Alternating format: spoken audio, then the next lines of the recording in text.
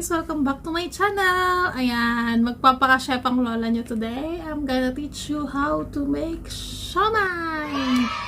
Ayan. Well, marami kasi sa mga kaibigan ko yung, actually mga ka-work ko specifically, nagre-request sila kasi nga gumawa ako before ng Shomai and nagustuhan nila.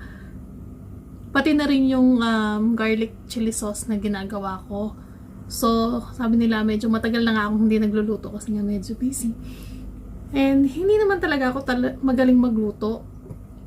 May mga pagkain lang talaga or hindi ko naman din expect na magugustuhan nila yon. Pero, ayun nga, naisip ko lang din gumawa ng tutorial since nire-request nila and gagawa lang din naman ako.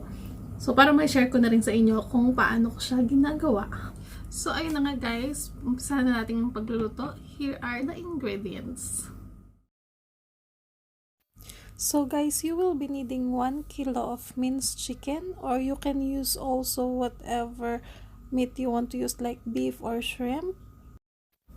1 medium carrot, 1 medium onion, some garlic, parsley, 2 eggs, salt and pepper to taste. Of course, our Shomai wrapper or dumpling wrapper, which you can buy here in Kuwait sa Kabayan or in Ambassador. Some soy sauce and some oil.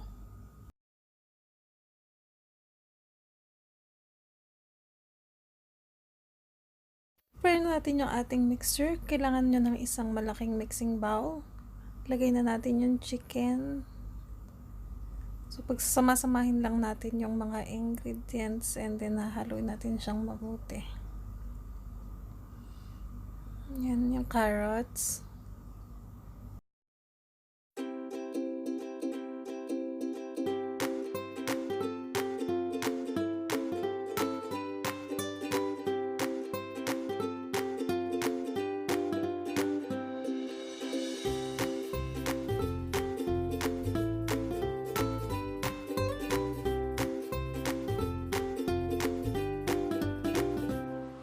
Ready na ang ating mixture and pwede na natin siyang umpisahan ibalot. So, bago tayo mag-umpisang mag-wrap ng ating Shomai, gamitin muna natin yung ating oil and gagamit ako ng paper towel dahil wala akong brush. So, lalagyan lang natin yung pinaka-base ng ating steamer para hindi dumikit yung Shomai. Yan, dab-dab mo lang siya.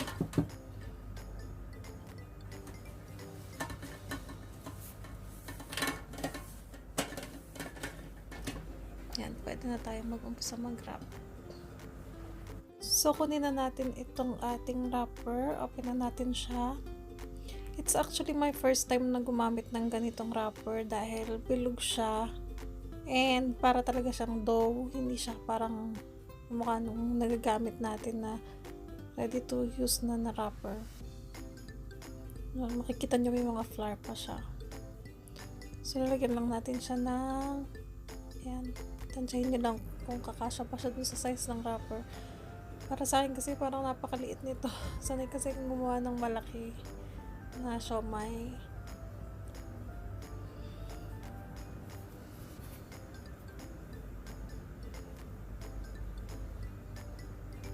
So, parang nahirapan ako siyang i-wrap since dahil first time ko nga gumamit ng bilog.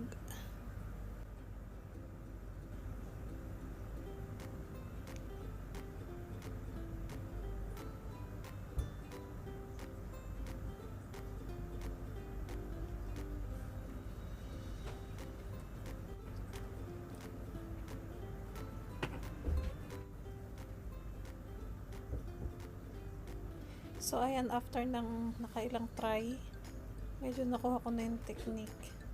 So, tatansyahin nyo lang talaga kung gaano karami yung ilalagay nyo na mixture na hindi puputok yung wrapper nyo. Actually, medyo puno pa nga to isang to eh. See?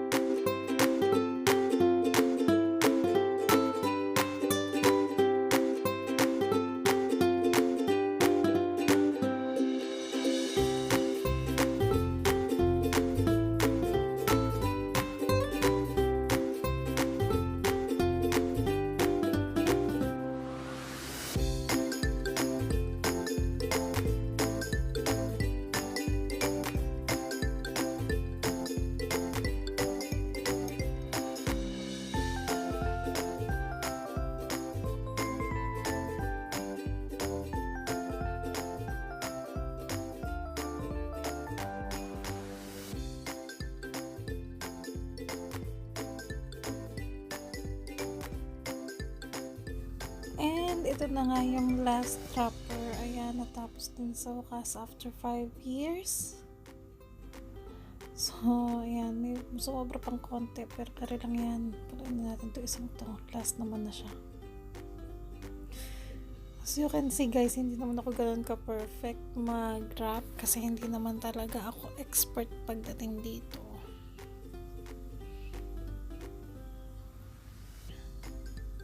Ayan, tapos na. So, ito na guys. Ganito karami yung ating natapos sa chicken natin. 1 kilo. Yan.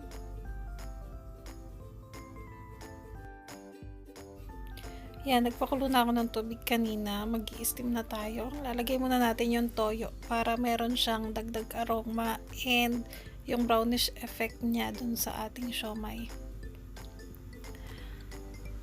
So, hintayin lang natin kumulo and then ilalagay na natin yung ating siomai. So, ayan na siya. So, yung pag-steam nito guys, may mga 30 minutes. Depende sa inyo kung gaano kaluto nyo siya gusto. And, okay na. Tapos na siya.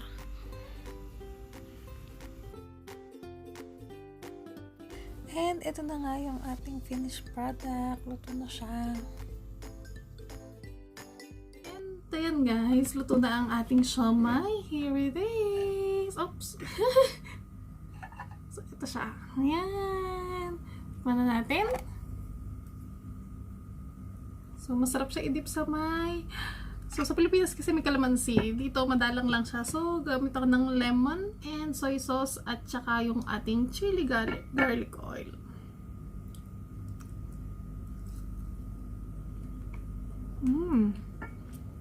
Siyempre, masarap ako nagluto eh. Yeah, masarap siya. Importante yung parsley kasi nagbibigay siya ng ibang lasa.